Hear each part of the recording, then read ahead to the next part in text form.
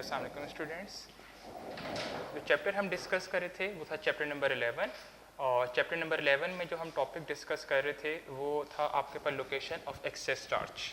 और location of excess charge में जो आपको मैंने बताया था कि 3 केसेस थे। सबसे पहला जो केस था उस केस में मेटल आप कंडक्टर लोगे जो कि अंदर से फील्ड था। सेकंड केस में जो मेटल कंडक्टर था वो अंदर से आपके पास खाली था। और थर्ड केस जो था वो in the form of metal conductor ही होगा लेकिन वो डिस्क या रिंग की शेप में होगा। तो पहला केस हमने डिस्कस कर लिया था जो कि मेटल कंडक्टर अंदर से फील्ड था। आज जो हम डिस्कस करेंगे वो मेटल कंडक्टर जो कि अंदर से खाली होगा। ठीक है, तो मेन हेडिंग जो है ये गॉस लॉ की फर्स्ट एप्लीकेशन है लोकेशन ऑफ एक्सेस चार्ज। और इसमें जो हम सेकंड केस डिस्कस कर रहे हैं वो मेटेलिक कंडक्टर क्या है, आपके पास हॉलो कंडक्टर है। ठीक है, अंदर से खाली है।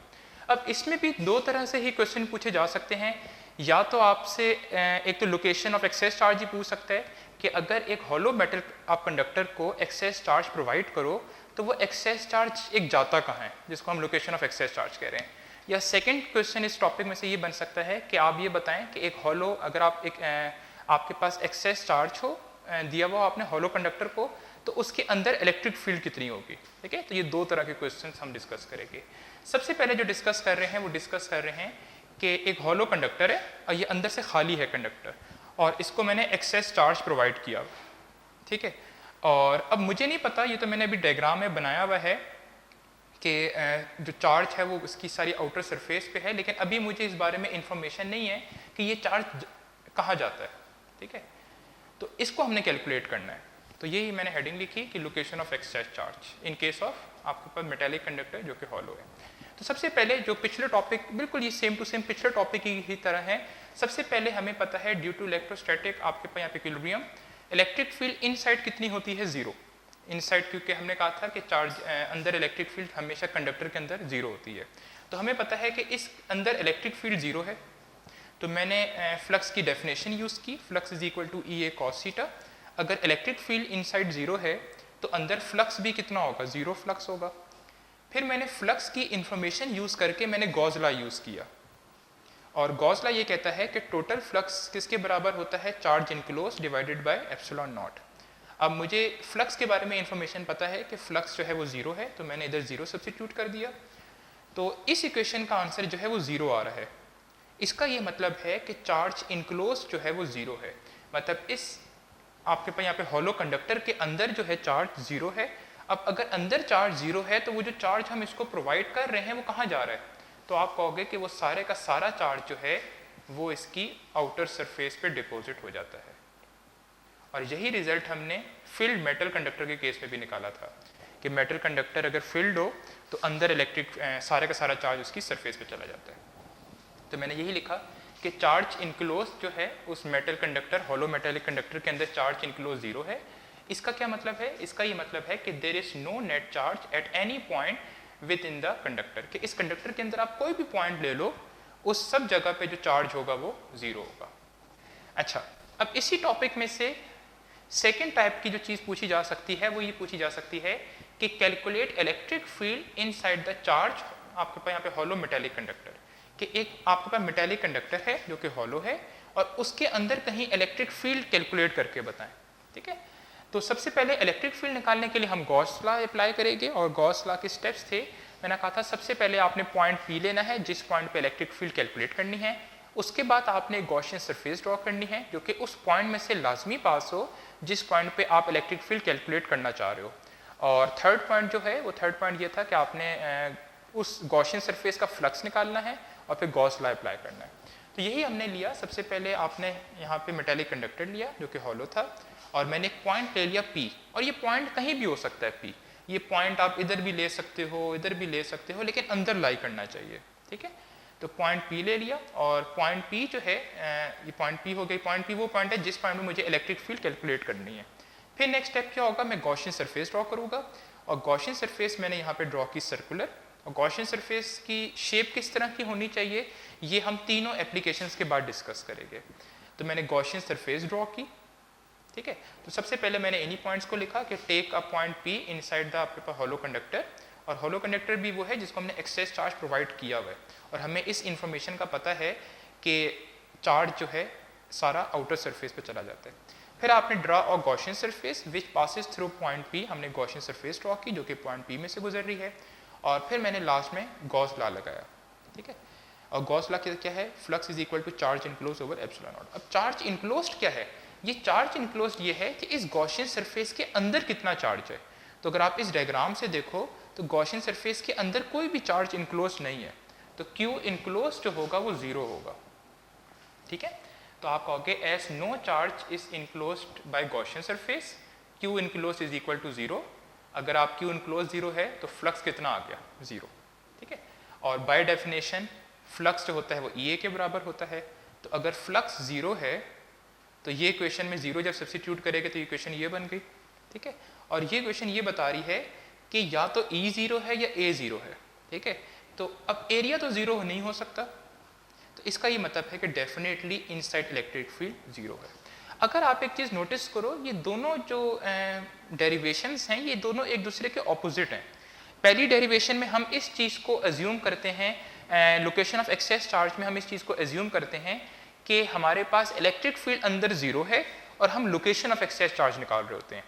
और जिस सेकंड डेरिवेशन में जहाँ पर हम इलेक्ट्रिक फील्ड निकाल रहे होते हैं तो हम ये मान रहे होते हैं कि सारे का सारा एक्सेस चार्ज आउटर सरफेस पे है, ठीक है। तो दोनों डेरिवेशंस जो हैं वो एक दूसरे के ऑपोजिट ही हैं।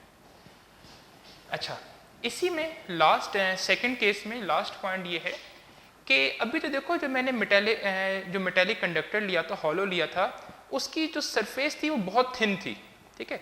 अगर वो मेटेलिक कंडक्टर कुछ इस तरह का हो, डिस्क शेप का हो, ठीक है, अगर डिस्क शेप का हो ना तो फिर इसकी आउटर सरफेस जो है, उसकी जो सरफेसेस होती हैं उसको हम 2 नाम देते हैं। अंदर वाली होगी उसको हम यहाँ पे ये नाम देंगे, उसको अब आप इनर कैविटी भी कह सकते हो, ठीक है। और बाहर वाली जो होगी उसको हम अब एक्सटर्नल कैविटी, ठीक है, या उसको आप आउटर कैविटी भी कह सकते हो। तो 2 कैविटियाँ होंगी, अब एक इनर कैविटी और एक आउटर कैविटी, ठीक है। अब यही कहा कि अगर मैं अब ये जो था एक मेटेलिक था, अभी इसको मैंने एक्सेस चार्ज प्रोवाइड नहीं किया हुआ, अगर आप इसको भी एक्सेस चार्ज प्रोवाइड करो तो क्या होगा, वही होगा कि सारे का सारा जो एक्सेस चार्ज है वो इसकी आउटर कैविटी पे चला जाएगा। आउटर कैविटी मतलब इस तरह।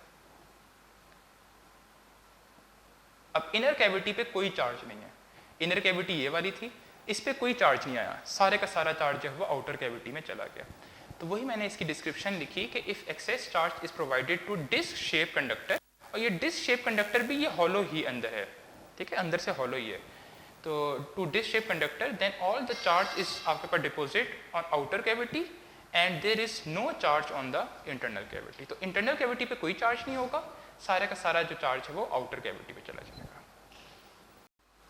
सो स्टूडेंट्स, इसमें अब हमारे पास लास्ट केस है जो कि पार्ट सी है, आपके पास लोकेशन ऑफ आपके पास यहाँ पे एक्सेस चार्ज में, और लोकेशन ऑफ एक्सेस चार्ज में थर्ड केस है कि चार्ज इनसाइड द, यहाँ भी हमारे पास कंडक्टर जो होगा वो हॉलो ही होगा, लेकिन उसमें हम चार्ज एक्सेस चार्ज प्रोवाइड नहीं कर रहे, उस कंडक्टर के हॉलो कंडक्टर के अंदर जाके हम चार्ज को प्लेस कर देंगे, ठीक है।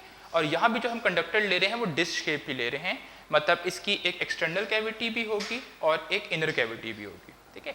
तो सबसे पहले मैंने इसी तरह की कैविटी बनाई दोबारा, ठीक है, और इस कैविटी में ये मैंने इधर डॉट्स लगाए हुए हैं ये शो करने के लिए कि ये अंदर से फिल्ड है, ठीक है। अच्छा, और मैंने उस कैविटी के अब इस पूरी आपके पास हॉलो जो कंडक्टर था डिस्क शेप का या रिंग शेप भी कह सकते हो, इसके मैंने सेंटर में जाके एक चार्ज प्लेस कर दिया और वो चार्ज है +Q, ठीक है। अब असल में इस चार्ज को प्लेस करने से होगा क्या, आप देखो सबसे पहले एक चीज़ याद रखो, हम एक कंडक्टर कह रहे हैं, कंडक्टर जो होता है उसमें हम कहते हैं कंडक्टर में चार्जेस प्रेजेंट हैं। कंडक्टर में 2 तरह के चार्जेस प्रेजेंट होते हैं, एक होते हैं पॉजिटिव आयंस और दूसरे होते हैं फ्री इलेक्ट्रॉन्स। और ये पॉजिटिव आयंस किस तरह बनते हैं, ये इन इलेक्ट्रॉन जब ये इन आपके इलेक्ट्रॉन्स को लूज करते हैं तो वो इलेक्ट्रॉन्स फ्री इलेक्ट्रॉन्स बन जाते हैं और उन एटम्स के ऊपर चार्ज प्लस आ जाता है, ठीक है, तो उनको हम पॉजिटिव आयंस कहते हैं। और ये पॉजिटिव आयंस जो होते हैं ये इमोबाइल होते हैं, ये मूव नहीं कर सकते, करंट जो होता है असल में एक मेटल्स में फ्री इलेक्ट्रॉन्स की वजह से फ्लो करता है, जो कि हम इंशाल्लाह नेक्स्ट चैप्टर में डिस्कस भी करेंगे। तो सबसे पहले मैंने यही कहा कि charge Q is place inside the hollow conductor, तो ये एक कंडक्टर था, हॉलो कंडक्टर था जो कि एक डिस्क शेप का है, उसके सेंटर में जाके हमने चार्ज रख दिया। ठीक है, अब सबसे पहले जब ये मैंने चार्ज नहीं रखा था तो ये कंडक्टर के ऊपर देखो कोई भी चार्जेस इंड्यूस नहीं हुए हुए, ये चार्जेस न्यूट्रल है, ये पूरा आपके पास हॉलो कंडक्टर न्यूट्रल है। तो यही कहा कि आपके पास यहाँ पे इनिशियली द चार्ज आपके पास conductor was uncharged, but when charge Q is inserted then there will be negative charge on the inner cavity. देखो अभी आपको मैंने बताया था दो कैविटी हैं, एक बाहर की कैविटी है, अब आपके पास यहाँ पे आउटर कैविटी और एक इनर कैविटी है। जब मैं ये प्लस क्यू चार्ज सेंटर में जाके रखूंगा तो होगा क्या, इस कंडक्टर में दोनों तरह के चार्जेस हैं। इस कंडक्टर में आपके पास पॉजिटिव आइंस भी हैं और नेगेटिव आइंस भी हैं। तो ये जो पॉजिटिव है, ये पॉजिटिव क्या करेगा, इस कंडक्टर से नेगेटिव जो आपके पास इलेक्ट्रॉन्स हैं उनको अपनी तरफ अट्रैक्ट करेगा और वो सारे नेगेटिव चार्जेस इधर आ जाएंगे। ठीक है, क्यों, और ये सारे नेगेटिव अब इनर कैविटी पे क्यों आए, क्योंकि मैंने सेंटर में पॉजिटिव चार्ज रखा है। तो यही मैंने लास्ट में लिखा है कि then there will be negative charge on the inner cavity. अच्छा, अब इनर कैविटी पे तो नेगेटिव चार्ज आ गए, अब हमने कहा इधर आपके पास पॉजिटिव आयंस भी होंगे। अब ये जो पॉजिटिव है ये इस कंडक्टर के अंदर पॉजिटिव आयंस को क्या करेगा, आपके पास यहाँ पे रिपेल करेगा और वो सारे पॉजिटिव आयंस जो हैं वो इसकी आउटर कैविटी पे आ जाएंगे। तो सारे जो पॉजिटिव आयंस हैं ये प्रोटॉन्स नहीं होते, ये असल में पॉजिटिव आयंस होते हैं और ये सारे आउटर कैविटी पे आ जाएंगे।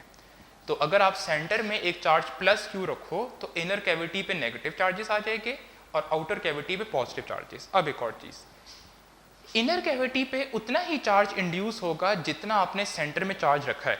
अगर आपने सेंटर में चार्ज प्लस क्यू रखा है तो इनर कैविटी के ऊपर जो चार्ज आएगा वो माइनस क्यू होगा, तो चार्जेस का मैग्नीट्यूड बराबर होगा। और अगर इनर कैविटी के ऊपर चार्ज माइनस क्यू आया है तो आउटर कैविटी के ऊपर चार्ज प्लस क्यू होगा। ये चीज़ें आपने अच्छी तरह याद रखनी है। आउटर कैविटी के ऊपर चार्ज अगर प्लस क्यू होगा, इनर कैविटी के ऊपर जो चार्ज होगा वो माइनस क्यू होगा। ठीक है, अच्छा, तो एक पॉइंट मैंने यहाँ डिस्कस किया है कि in order to maintain its neutral status, जो कि पॉइंट मैं भी आपको जो है डिस्कस कराऊंगा आगे। उसके बाद मैंने आपको वही पॉइंट बताया कि आउटर कैविटी और आपके पास यहाँ पे इनर कैविटी में क्या फ़र्क है। तो आउटर कैविटी और इनर कैविटी में चार्जेस का मैग्नीट्यूड सेम है लेकिन साइन जो है वो ऑपोजिट है। तो मैंने यही लिखा कि आउटर सरफेस, जिसको आप आउटर यहाँ पे कैविटी भी कह सकते हो, must have a charge equal, but आपके पास क्या है वो डिफरेंट होगा opposite to the charge of internal cavity. तो इंटरनल कैविटी और आउटर कैविटी का चार्ज इक्वल है लेकिन साइन जो है वो डिफरेंट है। और आउटर कैविटी के ऊपर चार्ज वही होगा जो आपने सेंटर में चार्ज प्लेस किया है। तो यही मैंने लास्ट में लिखा कि आउटर सरफेस जो होगी उसके ऊपर वही चार्ज होगा जो चार्ज आपने सेंटर में जाके प्लेस किया हुआ है। ठीक है, अब इसमें ये तो सारा जो मैंने आपको डिस्कस कराया ये किस चीज़ की हेडिंग में आएगा, लोकेशन ऑफ एक्सेस चार्ज। कि अगर आप आप यहाँ पे हॉलो कंडक्टर के सेंटर में जाके चार्ज रखो तो चार्जेस किस तरह अपने आप को रीडिस्ट्रीब्यूट करेंगे। ठीक है, और इसमें से जो सेकंड क्वेश्चन बन सकता है कि आप इस डिस्क, ये जो मैंने यहाँ पे डिस्क शेप बनाई है, यहाँ पे अगर आप देखो ये मैंने डिस्क शेप बनाई हुई है, अगर अंदर आपको इलेक्ट्रिक फील्ड निकालने का कह दे, अंदर इलेक्ट्रिक फील्ड कैलकुलेट करें, तो अंदर इलेक्ट्रिक फील्ड कैलकुलेट करने के लिए आपने यहाँ पे गॉस लॉ अप्लाई करना होगा। ठीक है, और गॉस लॉ के स्टेप वही हो कि सबसे पहले आप एक पॉइंट ले लो अंदर, ये मैंने पॉइंट ले लिया पॉइंट P, और इस पॉइंट में मुझे इलेक्ट्रिक फील्ड निकालनी है। उसके बाद मैं क्या करूँगा, उसके बाद में इस पॉइंट P में से गॉसियन सरफेस ड्रॉ करूँगा। तो मैंने यही किया, मैंने ये एक पॉइंट P लिया। अब आपने इस डायग्राम को थोड़ा सा ज़रा गौर से देखना है। इस डायग्राम में अंदर वाली इनर कैविटी के ऊपर नेगेटिव चार्जेस आए हुए हैं और आउटर कैविटी के ऊपर पॉजिटिव चार्जेस आए हुए हैं। ठीक है, और ये मैंने पॉइंट P लिया और मैंने गॉसियन सरफेस ये डॉटेड मेडर ड्रॉ की। ठीक है, तो वही मैंने कहा कि electric field inside the disc shape conductor, और मैंने गॉस लॉ लगाया। गॉस लॉ में वही स्टेप्स मैंने दोबारा नहीं लिखे कि पॉइंट P लेना है, फिर उसके बाद गॉसियन सरफेस ड्रॉ करनी है, और फिर थर्ड स्टेप होता था गॉस लॉ लगाना है। और गॉस लॉ किसके बराबर होता है, टोटल फ्लक्स इसके बराबर है charge enclose divided by epsilon naught. अब अगर आप देखो, हमने कहा था Q इनक्लोज्ड क्या होता है, charge enclosed by Gaussian surface.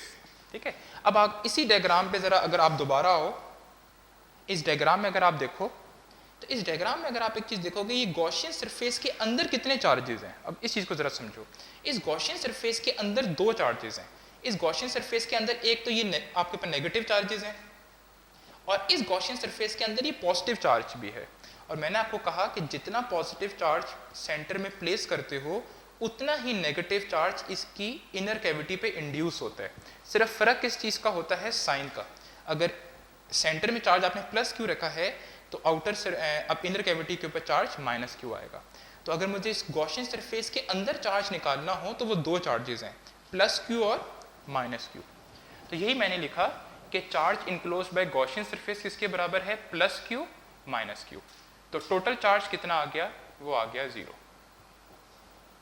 ठीक है, अब आपने उसी गॉस लॉ के फॉर्मूले में 0 पुट कर दिया, और जब आपने 0 पुट किया तो फ्लक्स कितना आ गया, 0। और बाय डेफिनेशन फ्लक्स क्या होता है, ई ए। तो अगर फ्लक्स 0 है तो उसका मतलब है या तो ई 0 है या ए 0 है। तो अब ए तो 0 नहीं हो सकता, ए या 0 नहीं हो सकता, तो डेफिनेटली इलेक्ट्रिक फील्ड अंदर 0 होती है। अब इसी चीज़ को उसने किस तरह डिस्क्राइब किया हुआ है, आप इस डायग्राम को देखो, ये डायग्राम बुक में बनी हुई है। अब इस डायग्राम को ज़रा समझो। आप इस डायग्राम को किस तरह आप समझोगे कि आप बुक में अगर आप एक चीज़ नोटिस करो तो उसने इलेक्ट्रिक फील्ड लाइंस इस पॉजिटिव की यहाँ बनाई हुई है जो कि हॉलो जगह थी, ठीक है, और लेकिन उसने इलेक्ट्रिक फील्ड लाइंस अंदर नहीं बनाई हुई, इधर बाहर बनाई हुई है। तो और अंदर इलेक्ट्रिक फील्ड लाइंस क्यों नहीं बनाई हुई, क्योंकि अंदर इलेक्ट्रिक फील्ड 0 होती है। तो हमेशा अंदर इलेक्ट्रिक फील्ड यहाँ जो होगी वो 0 होगी। आप इसी चीज़ को एक और तरीके से भी समझ सकते हो कि अंदर इलेक्ट्रिक फील्ड लाइंस 0 क्यों हो रही हैं, अंदर इलेक्ट्रिक फील्ड 0 क्यों है।